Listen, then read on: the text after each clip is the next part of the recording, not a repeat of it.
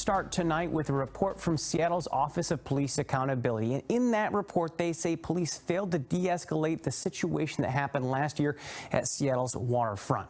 A man named Derek Hayden was having a mental health crisis, according to that report.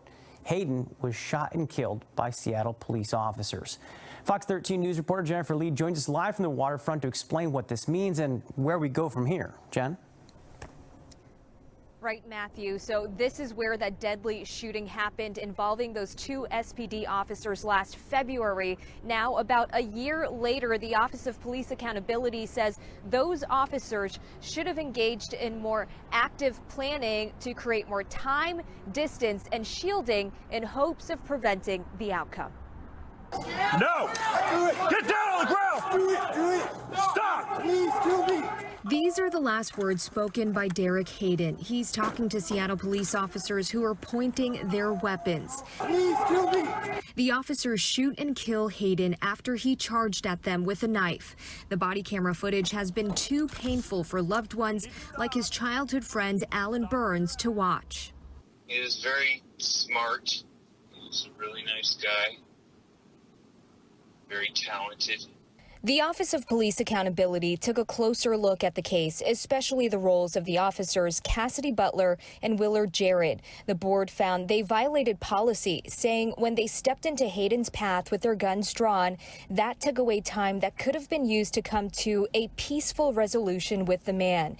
Investigators say that's the most crucial factor of de-escalation.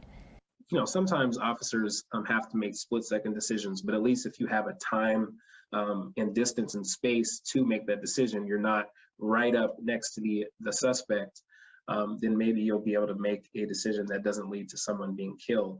Representative Johnson sponsored House Bill 1310, which passed last year. And so this bill was about establishing a reasonable care standard for physical force when and if it should be used. Prioritizing de-escalation and less lethal enforcement of the law.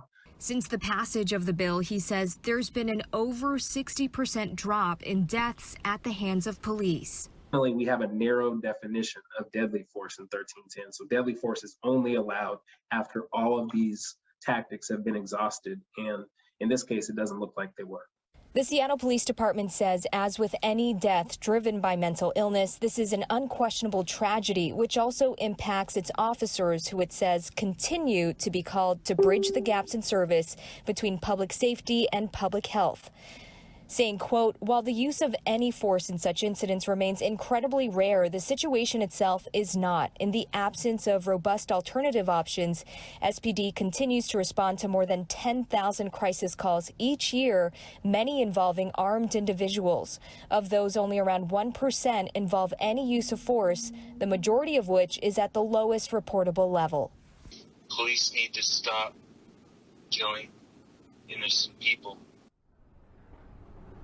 We reached out to the Office of Police Accountability requesting an interview, but did not hear back from them tonight. And we should mention there are varying opinions coming in about their findings. But nonetheless, SPD says that it has supplemented its training and resources over the last year. Some of it includes edged weapon de-escalation training and a program to equip its officers with an additional tool to interrupt a threat from a safer distance away. We also reached out to the Seattle Police Officers Guild. They are not commenting at this time.